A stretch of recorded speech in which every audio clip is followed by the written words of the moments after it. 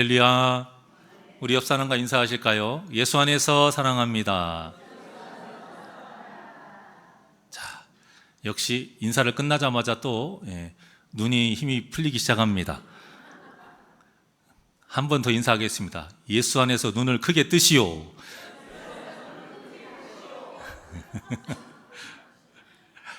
네. 40대 후반의 한 남성에게는 어릴 때부터 중마고 친구가 한 명이 있었어요. 워낙 어릴 때부터 같이 지내오니까 얼마나 친했겠습니까? 그런데 공통점이 참 많아요. 서로 아내를 만나서 연애하는 어떤 그런 점이나 자녀를 넷을 낳거든요. 넷을 낳은 거나 서로 간 어떤 경제적인 상황 이런 것들이 참 비슷비슷합니다. 그러다 보니까 나이가 들수록 우정이 더 깊어져 가요. 그런데 이 남성이 그 중마고 친구한테 너무 부러운 게 있어요. 어느 누가 봐도 그 가정이 화목합니다. 문제가 없어 보여요. 어떻게 저렇게 문제가 없이 화목할까? 그런데 정작 자신의 가정을 보면 친구와 가정과 똑같아요. 아이들도 4명이고 그렇게 못 사는 것도 아니고 여러 가지 상황이 비슷한데 전혀 화목하지가 않는 겁니다. 끊임없이 매일 문제가 생겨요. 마음 찢어지는 문제, 생각지도 못했던 문제. 그래서 이 남성은 자기 친구가 참 운이 좋은 사람이구나. 얼마나 운이 좋으면 그 가정에 저런 문제가 하나도 없을까. 그러니까 저렇게 웃음꽃이 피고 화목할 수가 있겠지라고 생각을 한 겁니다. 어느 날 이 남성이 이제 친구 집에 놀러 갈 일이 있어서 선물을 좀 사가지고 갔어요. 그렇게 친구 집에서 밥을 먹고 이야기를 나누는데 주방에서 접시가 깨지는 소리가 나는 겁니다. 깜짝 놀라서 보니까 이 집안의 막내가 접시를 빼내다가 키가 좀 작아가지고 손에 놓쳐가지고 바닥에 깨트린 거예요. 파편이 바닥에 막 이리저리 어질러 있고 굉장히 혼란스러운 상황에서 되게 신기한 경험을 하게 됩니다. 나머지 가족들이 누구나 할 것 없이 모두 다 막내에게 달려갑니다. 그리고 괜찮냐고 하면서 막내를 탓하는 게 아니고 자기 탓을 하기 시작하는 거예요. 내가 접시를 그곳에 놔서 내가 잘못이다. 아까 네 그릇을 봤을 때 내가 빨리 설거지를 했었으면 네가 저 접시를 안 집었을 텐데 내가 잘못이야. 또 하나는 내가 네 옆에 계속 있었어야 되는데 어린 네 옆에 여기 위험한 곳에 내가 혼자 뒀구나. 미안해. 서로 막 자기 탓만 하는 거예요. 그 모습을 보고 이 남성이 자기 가정에 왜 화목하지 못한지를 그 이유를 깨닫게 된 것입니다. 자기 집에 이런 상황이 생기면 서로 남 탓하기 달라요. 남 탓하기가 바쁜 겁니다. 뭐 하려고 그 접시를 꺼내려고 했냐부터 너는 언니가 돼가지고 왜 옆에서 동생 안 돌보냐부터 해서 엄마 말을 지지리로 안 들으니까 이런 일이 생긴다고부터 해서 서로 남 탓하기만 바쁜 거예요.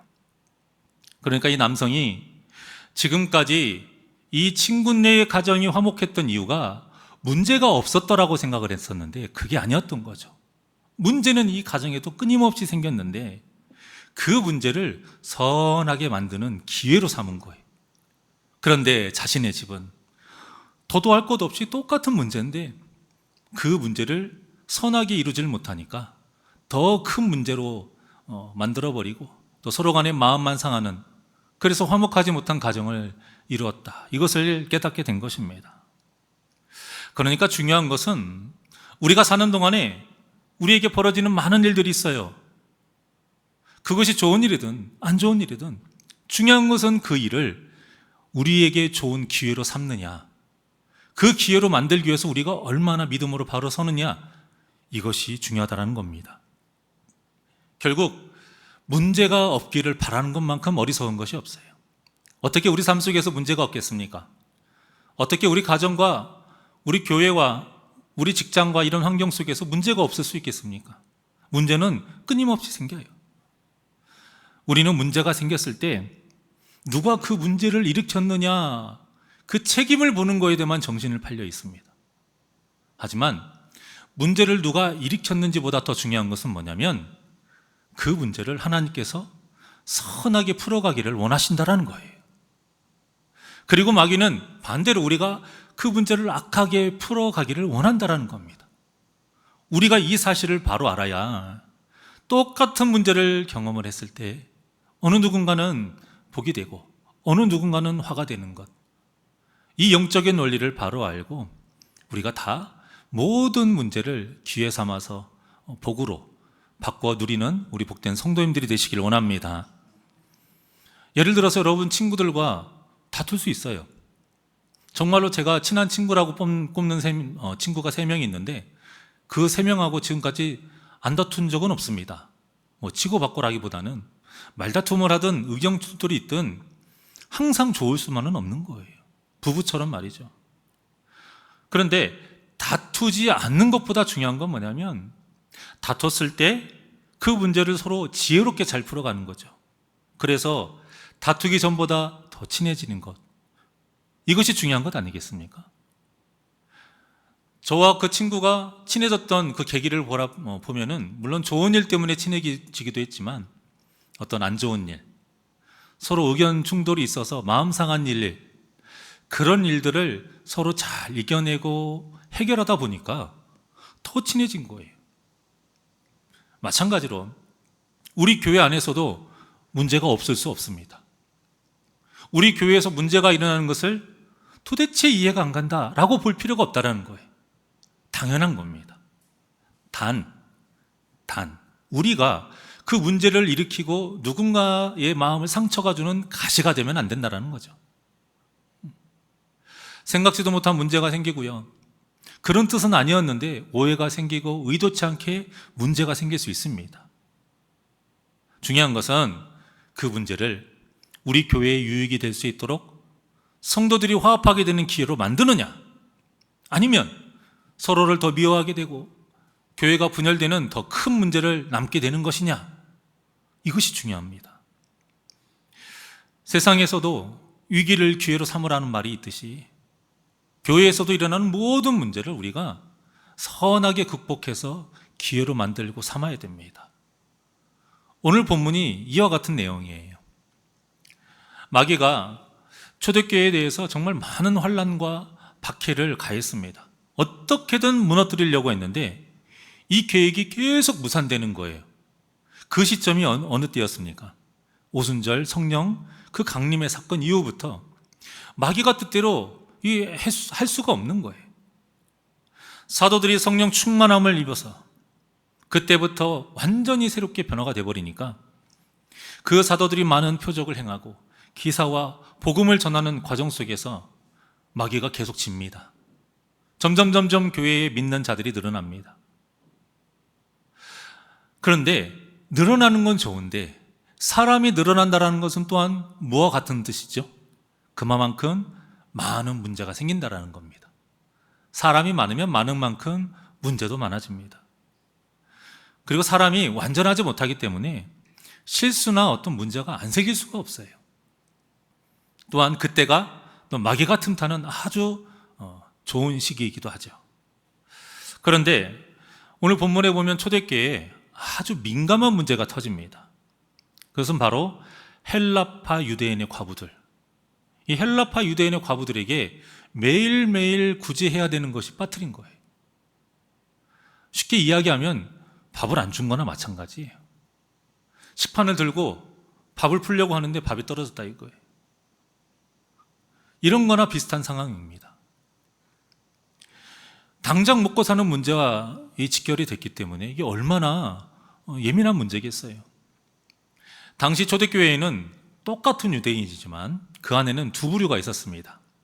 히브리파 유대인, 헬라파 유대인. 히브리파 유대인은 일명 토박이에요. 토박이. 아무리 힘들고 다른 나라가 이스라엘을 쳐들어와도 그 땅을 그대로 지켰던 사람, 어떻게든 지키고 있었던 사람, 이게 히브리파 유대인. 또 헬라파 유대인은 여러 가지 이유가 있겠죠. 여러 가지 이유가 있겠지만 어떤 이유였든 간에 이방 땅에서 막 살다가 다시 이스라엘로 돌아온 유대인들을 말합니다. 그러니 이 교회 안에서 언제 터질지 모르는 이 폭탄을 안고 사는 거하고 똑같았던 거지요. 하필이면 그 폭탄이 어디에서 터졌냐? 매일매일 하는 구제에서 터진 거예요. 우리를 무시하나? 나를 차별하나? 내가 사정이 있어서 나도 어려움 속에 있었기 때문에 어쩔 수 없이 이방 땅에서 힘들게 살다가 왔는데 나를 하찮게 여기나? 이런 생각이 드는 것이죠. 그래서 지금 헬라파 유대인들이 전체적으로 다 히브리파 유대인들을 원망하기 시작합니다. 제가 이 상황을 오늘 우리 새날교회에 이런 상황이 한번 제가 빗대어서 잠깐 생각을 해봤어요. 상상을 해봤는데, 이런 문제가 우리 교회에 터지면 정말 제가 잠도 못 자고 머리도 아플 것 같아요. 이 결코 간단한 일이 아니거든요. 히브리파 유대인들은 한마디로 말하면 박힌 돌이에요. 박힌 돌. 헬라파 유대인들은 뭐예요? 굴로 들어온 돌이죠. 이런 문제는 오늘날 교회에서도 참 많이 일어납니다. 단적인 예로 새로운 성도가 왔을 때 기신자라고 하잖아요. 새 신자 말고 기신자, 기존의 신자들 오게 되면 그 새로운 교회에 속하는 게 정말 어렵습니다. 차라리 새 신자는 달라요. 초신자, 새 신자는 성도님들이 너무 그 영혼들을 귀하게 봐요. 그러니까 잘해주는데 희한하게 기신자가 오면 약간 경계를 하고요. 뭐 이단 이런 걸 떠나서요. 문제가 없는데도 어느 교회나 그런 게 다 있습니다. 좀 덜한 교회가 있고 더한 교회가 있을 뿐이지 그런 것들이 있더라고요. 일명 원년 멤버 이런 멤버가 다 있어요. 그런데 문제는 서로 어떤 안 좋은 상황을 가지고 안 좋은 마음을 가지고 있는 건 아니거든요. 그런데 이렇게 섞이지 못하는 가운데 예기치 못한 오해가 생겨요. 알고 보면 별것도 아니고 있었던 일도 아닌데 희한하게 오해가 생길 일이 생겨요. 그러면 결국에는 굴러 들어온 돌이 나가요. 그래서 이 교회에 어떤 화합이나 사랑의 정도가 성도 간의 어떤 사이가 좋다 안 좋다를 어떤 걸 보면 알 수 있냐면 외부에서 기신자가 왔을 때 그 기신자가 잘 정착하느냐 못하느냐 이걸로 볼 수가 있어요. 이걸로 알 수가 있는 거예요. 우리 교회는 누가 오시든지 간에 이단 말고는 초신자든 기신자든 오자마자 잘 화합할 수 있는 사랑이 많은 교회가 되기를 원합니다. 모두 똑같이 예수님을 머리로 삼은 한 몸이에요. 그런데 이 한 몸 되기가 현실적으로 얼마나 어려운지 모릅니다. 그런데 사도들이 이런 어려운 문제 가운데서 해결하는데요, 이 방법이 참 놀랐습니다. 그럼 바로 지금 7명의 집사를 선출하자라고 한 것이죠. 이런 실수가 다시 벌어지지 않도록 이런 일들을 전담하고 총체적으로 관리하는 7명의 집사를 뽑자. 그리고 사도들은 원래 해야 되는 일, 사도로서 반드시 해야 되는 일, 제일 중요한 일에 집중을 하자. 이렇게 결정을 합니다. 정말 지혜로운 방법이지요. 그런데 그 결과가 정말 놀라워요. 7명이 뽑혔는데 7명이 다 어디 사람들이냐면 굴로 들어온 돌이에요. 헬라파 유대인들입니다. 7명이 다. 그것을 어떻게 알 수 있냐면 이 7명의 이름들이 다 헬라식 이름입니다. 헬라식 이름.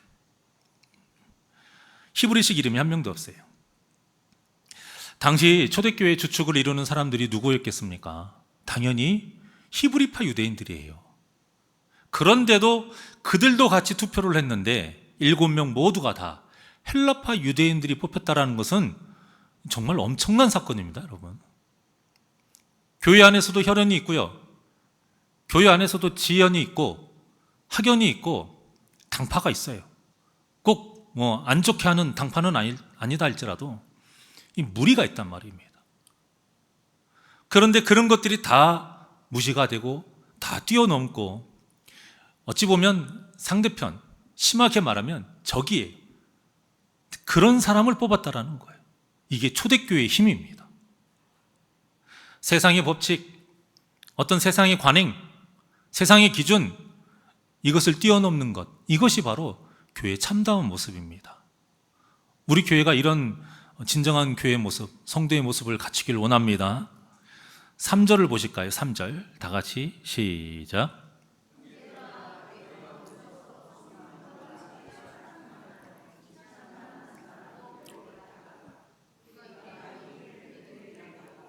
아멘.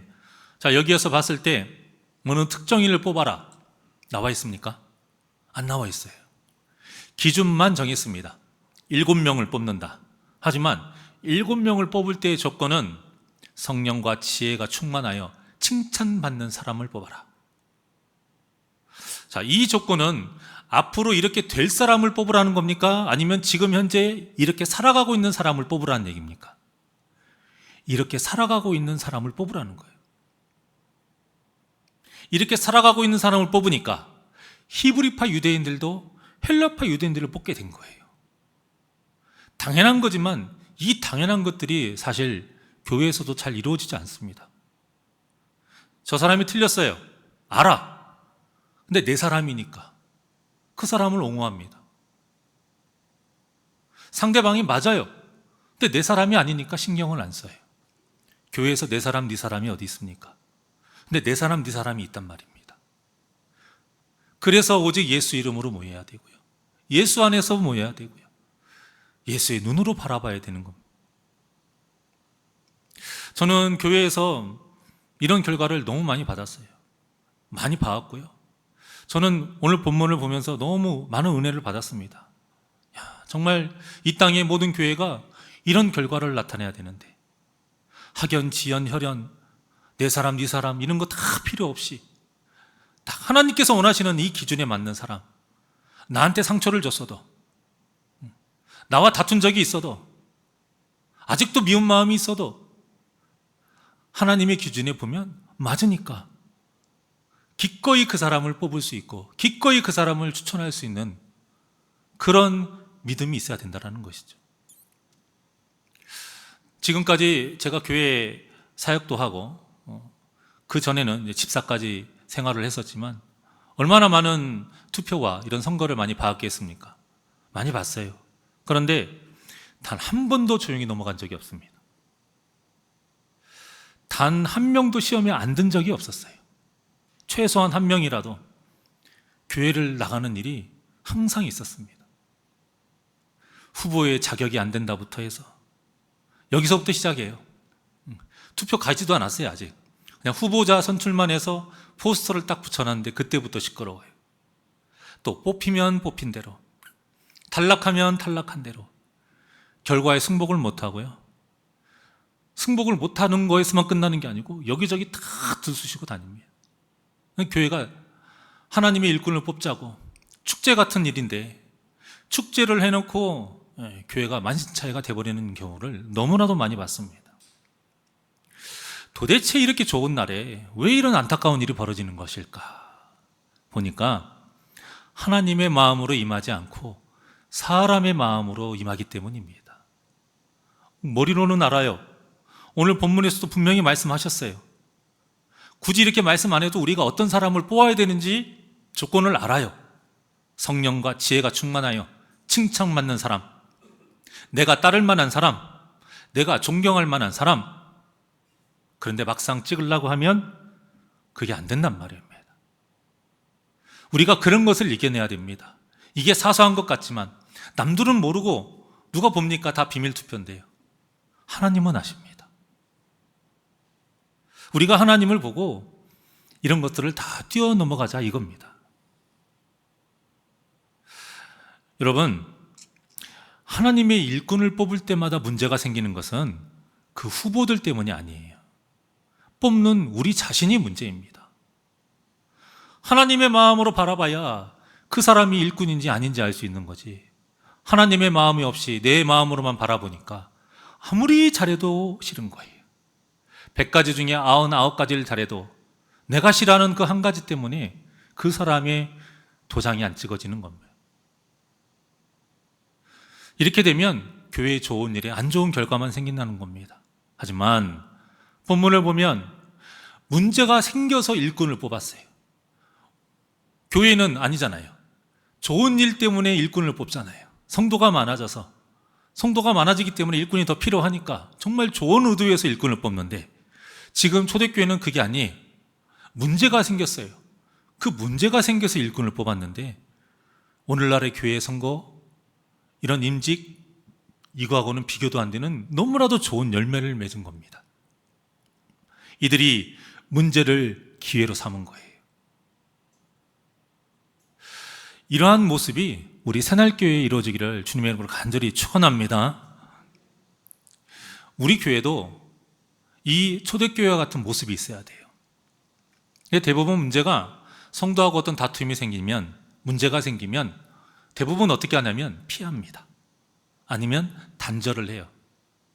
이것이 가장 좋지 않은 방법입니다.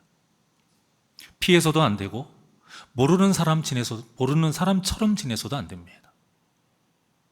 이것은 하나님께서 원하시는 방법이 아니에요. 세상에서도 이런 말이 있죠. 비 온 뒤에 어떻게 된다? 땅이 굳어진다. 비가 왔는데 여러분 우리가 모른 채 하고 단절해버리면 비가 온 것이 계속 축축축축 젖어지는 거예요. 굳어질 여력이 없어요, 여러분. 그냥 진흙탕이 되고요. 나중에는 늪이 돼요, 늪이. 비 온 뒤에 땅이 굳어지려면 성도의 이 관계 속에서 그 문제를 피하지 마십시오. 그래야 우리 교회가 힘이 생깁니다. 교회의 힘은 무엇이냐? 화합이에요. 성도들이 하나가 되면 교회에 힘이 있는 거예요. 성도가 분열이 되면 교회에 힘이 없어요. 돈이 얼마 있고 없고 빚이 얼마 있고 없고 이것은 아주 부차적인 문제예요. 진짜 능력이 있고 진짜 힘이 있는 교회는 10명이 모였어도 하나가 되는 교회입니다. 참 죄송한 말씀이지만 12명 정도 모이는 제가 아는 목사님이 계세요. 그 목사님이 웬만하면 제가 그분들의 어떤 상황을 물어보지는 않지만 그래도 이제 안부차 예의상 물어보잖아요. 좀 어떠세요? 한숨부터 내세요. 12명밖에 안 되는데 세 갈래로 나눠져 있어요. 그런 교회에 힘이 있겠습니까? 한 몸을 이룬다라는 것은 하나라는 뜻이에요. 우리 교회도 하나가 되길 원합니다. 하나가 되어야 돼요.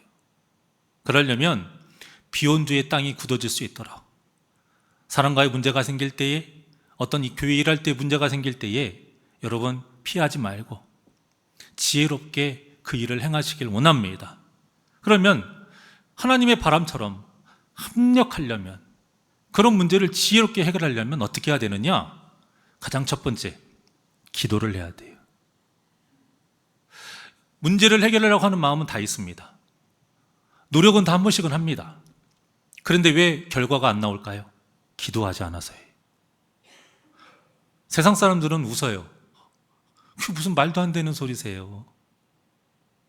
지혜롭게 선물도 좀 준비하고 그 사람이 뭐 좋아하는가 이런 것도 좀 보고 그래요.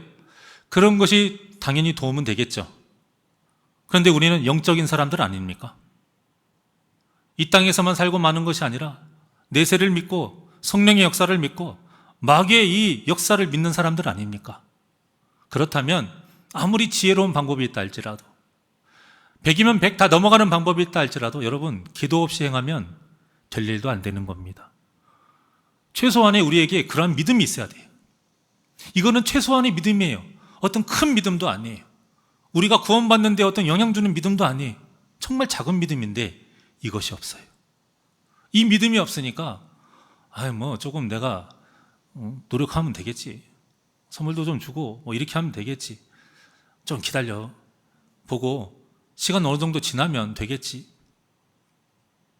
기도한 다음에 어떤 하나님의 은혜 가운데서 그런 것이 있다라면, 그런 응답이 있다라면 그것이 맞겠지요. 어떤 행위가 문제가 아니라니까요. 여러분, 첫 시작, 내가 어떤 일을 할 때 그 첫 발을 내딛는 그 마음가짐이 중요한 겁니다. 그 마음가짐이 뭐다? 기도라는 것입니다. 초대교회에 이 문제가 생겼을 때 저는 이들이 반드시 기도했다라고 봅니다. 성경에 나오지 않지만 그런 것을 가정하면 안 된다고 하지만 저는 확신합니다. 이들이 초대교회가 지금까지 봐왔던 모든 모습들은 항상 기도를 시작했고요. 기도하면서 했고요. 끝나도 기도하면서 마무리했습니다. 그런 사람들이 이렇게 큰 문제에 기도하지 않았을까요? 뽑기 전에 기도하지 않았을까요? 성도와의 문제가 생길 때에는 반드시 필요한 것이 기도입니다. 기도 없이 서로의 갈등을 풀려고 하니까 풀어지지 않는 거예요. 누구 탓도 아니에요. 상대방 탓도 아니고 내 탓도 아니고 기도 안 한 사람의 탓이에요. 그냥 내 탓이에요. 그냥 단순히 내 탓, 네 탓이 아니고 기도 안 한 탓이에요. 기도 없이 예쁘게 보려고 하니까 예쁘게 보이나요? 우리는 하나님의 역사를 믿는 영의 사람들입니다. 그러면 영의 사람들답게 영적인 방법으로 문제를 풀어가시길 바랍니다. 그 첫 번째가 바로 하나님께 기도하면서 하나님의 도우심을 구하는 것입니다. 결국 성도와의 문제를 해결하는 것도 어디에서부터 시작되는 걸까요? 믿음에서 시작되는 겁니다. 왜? 기도는 믿음으로 하는 거니까요. 착해서 하는 게 아니고요. 마음이 넓어서 하는 게 아니고 내가 기분이 좋아서 하는 게 아니에요. 믿음으로 하는 것입니다. 그러니까 오늘 본문에 나온 이 초대교인들이 다 무엇이 충만한 사람들이에요? 믿음이 충만한 사람들이에요.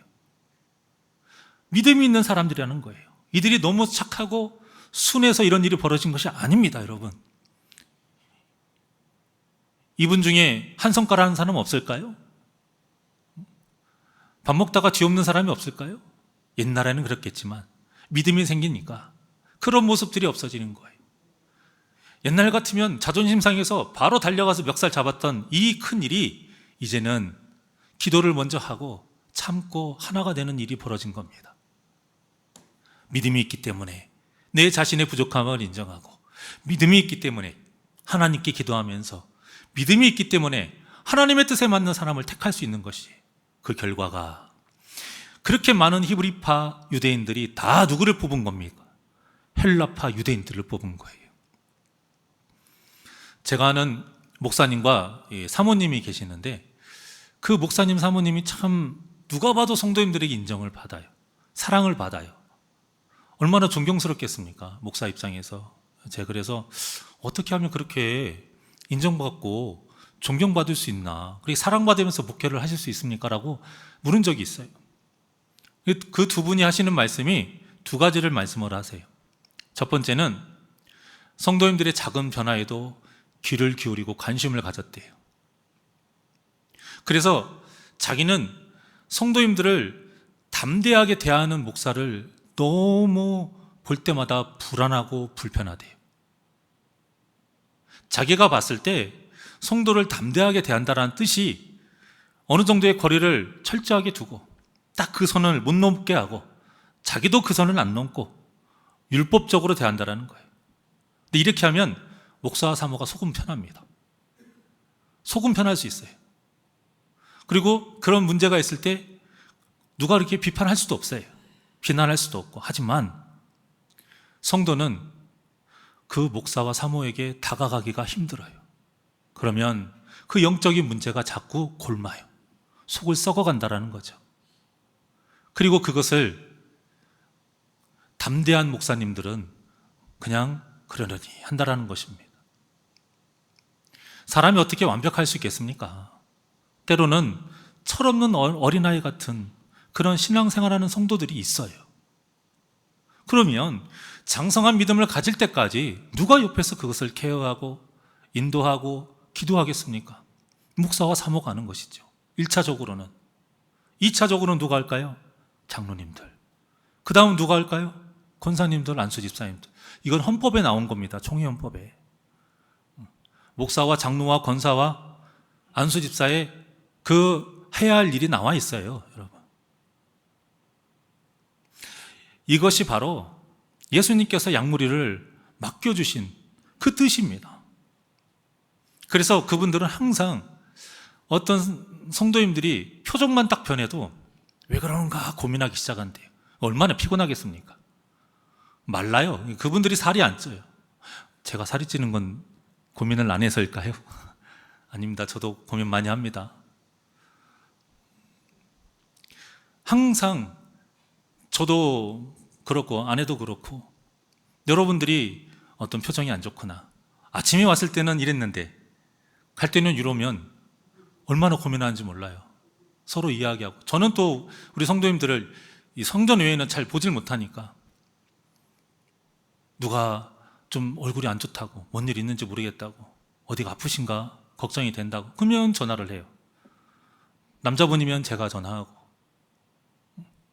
그게 참 피곤한 일이겠지만 감사할 일이고 참 그것이 너무나도 좋은 일이에요. 그렇게 해서 한 발자국 한 발자국 하나님께서 가깝게 해주심을 느껴요. 그리고 또 하나 그분이 말씀하시는 건 뭐냐면 그렇게 사랑받을 수 있는 이유, 그게 뭐냐, 자신들의 연약함을 성도님들이 알아주신대요. 그래서 덮어주신다고 합니다. 사실 목사라는 입장이 항상 앞에 서서 말씀을 전하다 보니까 좀 가르치는 것 같고, 저도 사실 정말 찔리는 말씀 많습니다. 뭐 얼마나 제가 거룩하다고, 말씀이 어떻게 다 합당하게 살겠습니까? 저도 실수 많고요. 저도 부족한 거, 연약한 거, 성도님들 눈에 얼마나 많이 눈에 띄겠습니까? 목사 입장에서는 그 조그마한 것이 여러분들에게 크게 비춰질까봐 걱정이 많아요. 이분도 그랬대요. 그런데 그런 마음이 사라지는 계기가 성도님들이 그 실수들을 덮더래요. 그리고 말을 안 하더래요. 알고 있는 걸 뻔히 하는데 말을 안 하고 뭐 하냐 했더니 기도를 하더래요.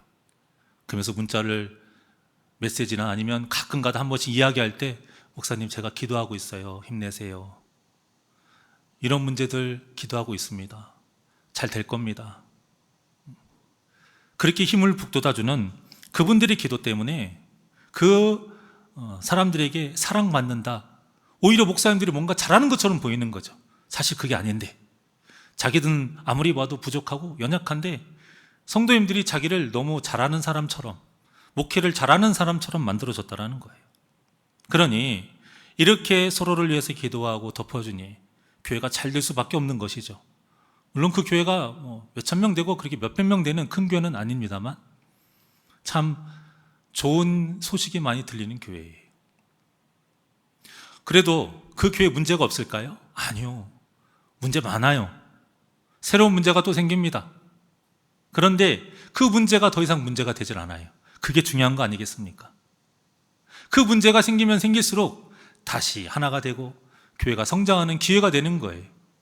기도하니까, 서로를 위하는 마음이 있으니까 그 문제가 독이 되지 않고 교회를 성장시키는 영양분이 되는 것입니다. 우리 교회에도 이런 복된 역사가 있기를 주님의 이름으로 축원합니다. 그러려면 우리도 서로의 모습을 봤을 때에 실수와 단점을 크게 보지 마시고요, 덮어주실 줄도 알고 무엇보다 기도하는 모습이 필요합니다. 그러니 성도가 많아질수록, 이런 믿음으로 바로 서는 성도가 많아질수록 교회는 어떤 모습이 많아질까요? 기도하는 모습이 많아지겠죠. 또 교회 행사나 일이 많아질수록 이런 성도님들이 있는 교회는 어떤 소리가 많아질까요? 기도하는 소리가 많아지는 것이지요. 이 복된 기도의 소리가 넘쳐나는 우리 새날교회가 되기를 간절히 소망합니다. 결국 문제가 생겼던 초대교회에 아름답고 거룩한 이 모습을 통해서 7명의 일꾼이 뽑혔습니다. 그런데 이 7명의 집사님들의 그 이름 중에 보면 참 눈에 띄는 사람 한 사람이 있죠. 누구죠? 여러분들이 잘 아는 집사 이름, 스데반입니다. 이 일이 있고 나서 다음 7절부터 누구의 이야기가 길게 펼쳐지냐면 이 스데반의 이야기가 펼쳐집니다.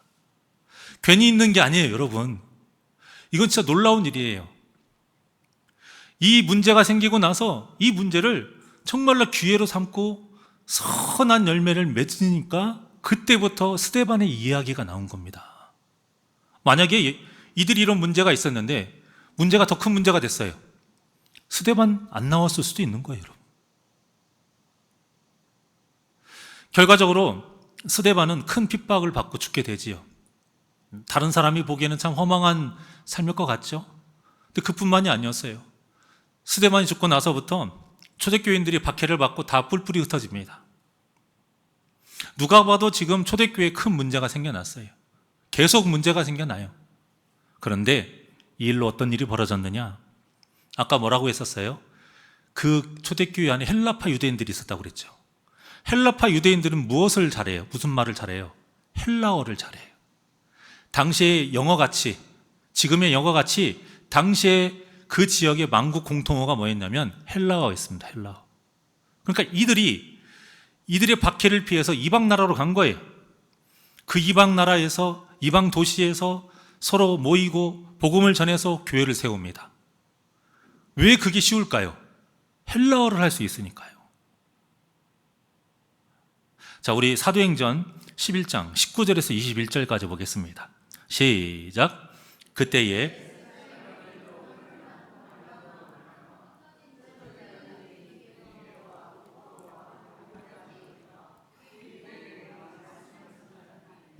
그 중에 구브로와 쿠레네 몇 사람이 안디옥에 이르러 헬라인에게도 말하여 주 예수를 전파하니 주의 손이 그들과 함께 하심에 수많은 사람들이 믿고 주께 돌아오더라. 아멘. 자, 어떻습니까? 그때에 누구의 일로 인해서요? 스데반의 일로 인해서. 자, 그러면 정확하게 우리가 말하면 스데반의 일부터였을까요? 아니에요.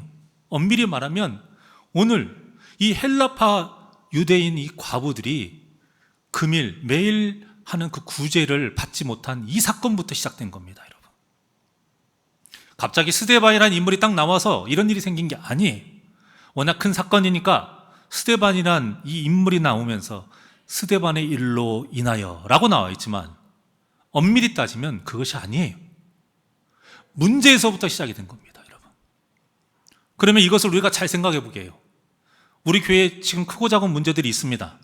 심각한 문제는 없지만 그러면 그 문제가 어떤 일이 될 수 있다는 겁니까? 이런 복음의 일, 복음의 열매, 어떤 사랑의 열매, 우리가 생각지도 못했던 하나님의 역사가 이룰 수 있는 그 열매가 될 수 있는 계기가 될 수 있다는 거예요. 그런데 이 문제들을 여러분들이 악하게 해버리면 그 좋은 기회를 다 놓쳐버리는 겁니다. 처음에는 이들이 히브리 사람들, 유대인들에게만 전했어요. 그러니까 히브리 말로 하면 되죠. 당시에는 아람어를 썼으니까 아람어로 하면 되죠. 하지만 뭐라고 했습니까? 헬라인들에게도 우리 말을 전했으면 좋겠다. 예수님을 전했으면 좋겠다. 언어가 되니까 담대하게 전했습니다. 그 결과 이렇게 많은 사람들이, 수많은 사람들이라고 나와 있죠. 수많은 사람들이 믿고 주께 돌아오더라. 어떻습니까? 우리가 피하고 싶고 일어나지 않기를 바랐던 문제들이 성도들이 믿음으로 기도하면서 기회로 삼으니까 생각지도 못했던 엄청난 복음의 역사가 일어나지 않았습니까? 우리 새날교회에도 이런 역사가 일어날 줄 믿습니다. 이렇게 성경에 이런 일들을 기록한 이유가 무엇이겠어요? 우리 새날교회에도 이런 역사가 일어날 것이니까 새날교회 성도들이여 이와 같이 행하라, 이 말씀으로 적어 놓으신 겁니다. 아, 이때 이런 일이 있었구나, 이것이 아니란 말이에요. 우리를 향한 명령입니다. 우리가 닮아가야 할 모습이고 우리가 품어야 할 비전인 것입니다. 그러려면 먼저는 우리가 남에게 상처를 주는 가시가 되면 안 되고요. 그리고 문제가 생길 때에는 성령의 사람답게 믿음을 가지고 기도하면서 문제를 기회 삼아 아름다운 열매를 맺는 역사가 있기를 주님의 이름으로 축원합니다. 그래서 우리 새날교회와 저와 우리 성도님들 모두가 계속 성장하는 복된 역사가 있기를 주님의 이름으로 간절히 축원합니다. 이 시간 우리 주는 평화 하나님께 찬양드리죠.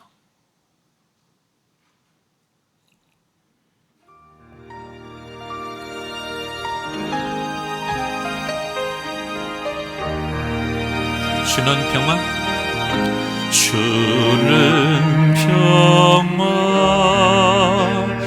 막힌 담을 모두었셨네.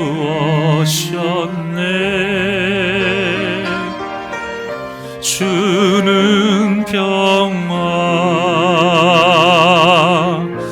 우리의 평화, 주는 평화, 막힌 담을 모두 오셨네. 주는 평화, 우리의 평화, 염려다 맡기십시오. 염려다 맡기라. 주가 돌보시니 주는 평화 우리의 평화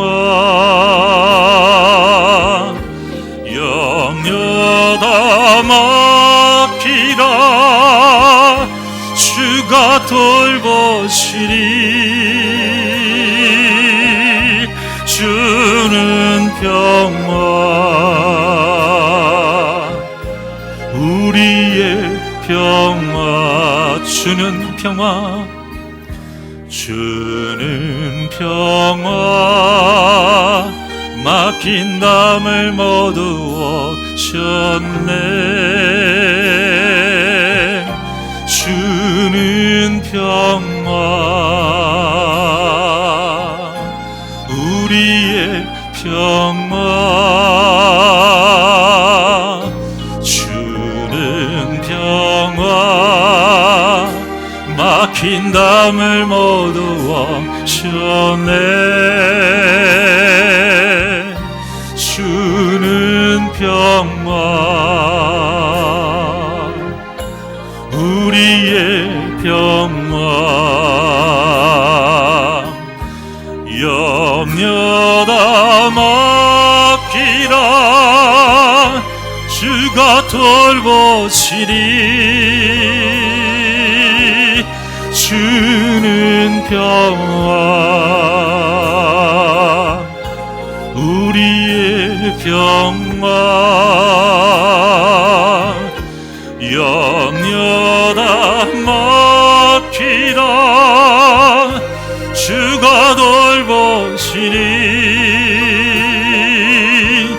주는 평화 우리의 평화 우리 두 손을 가슴에 얹고 주는 평화 막힌 담을 모두 오셨네 주는 평화 우리의 평화 주는 평화 막힌 담을 모두 오셨네 주는 평화 주는 평화 우리의 평화 염려다 맡기라 주가 돌보시리 주는 평화 우리의 평화 염려다 맡기라 주가 돌보시리 주는 평화 우리의 평 우리 두 손 높이 들고 고백합니다 염려다 맡기라 주가 돌보시리 주는 평화 우리의 평화 염려다 맡기라 주가 돌보시리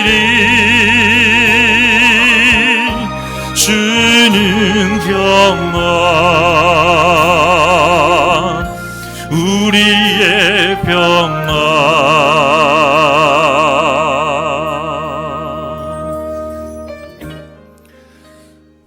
우리의 평화 되신 하나님은 우리에게 평화를 만들며 평화로운 세상을 만들며 평화로운 가정을 만들며 평화로운 교회를 만들기를 원하십니다.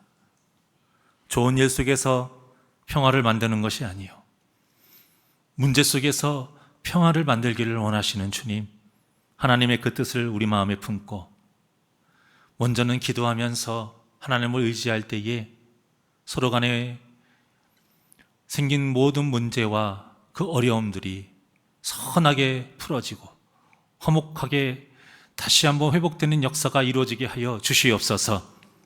비온 뒤에 땅이 굳어지는 것처럼 우리에게 펼쳐지는 모든 문제가 더욱더 믿음이 성장하는 큰 기회가 되기를 원합니다. 모든 성도가 한마음 한뜻으로 믿음으로 바로 서며 기도할 때에 이 역사가 반드시 일어날 줄 믿습니다.